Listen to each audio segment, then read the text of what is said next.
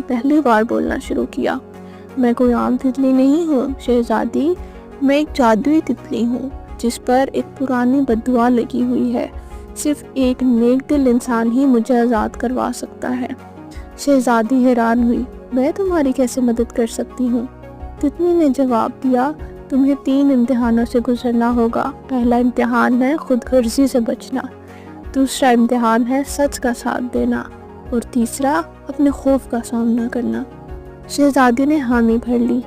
अगली सुबह जब वो जंगल की तरफ निकली तो रास्ते में इसे एक जख्मी हिरन मिला।